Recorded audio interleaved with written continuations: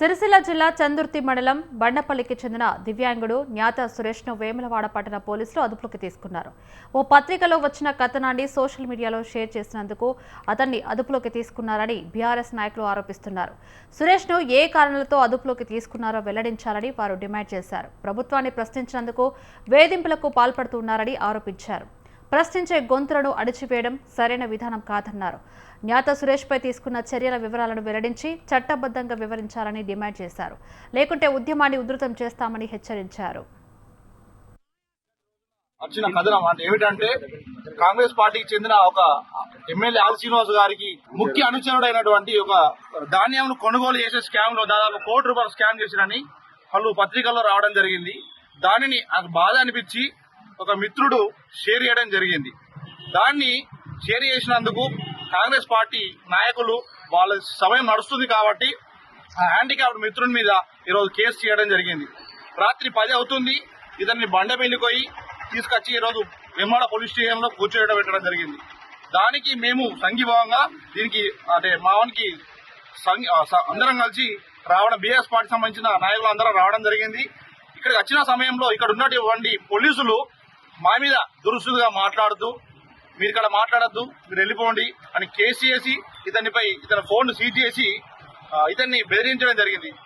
ఈ హ్యాండిక్యాప్డ్ వారి కుటుంబాన్ని అతన్ని చాలా బెదిరించాడు అని ఇతను చెప్తున్నాడు. రాబో రోజులలో ఖబర్దార్ కాంగ్రెస్ నాయకులారా రాసి పెట్టుకోండి. రానున్న రోజులలో దీనికి రెట్టింపు అంటే మీరు చేసే తప్పుల వల్ల రానున్న రోజుల్లో మీకు చాలా ఇబ్బందులు జరుగుతాయి.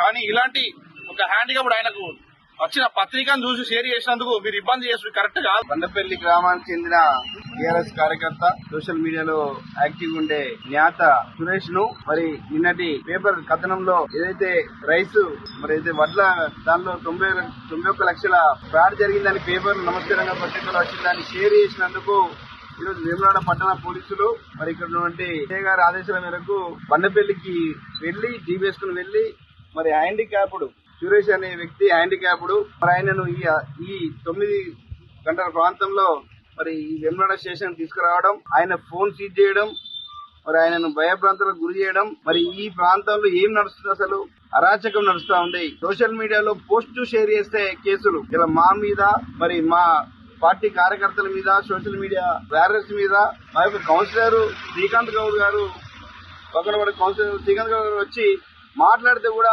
ఆయన వీడియో రికార్డ్ చేయడం. ఏం జరుగుతుంది అసలు ఈ నియోజకవర్గంలో? గతంలో కూడా అనేక కేసులు మా కార్యకర్తల నాయకులు పెట్టడం జరిగింది.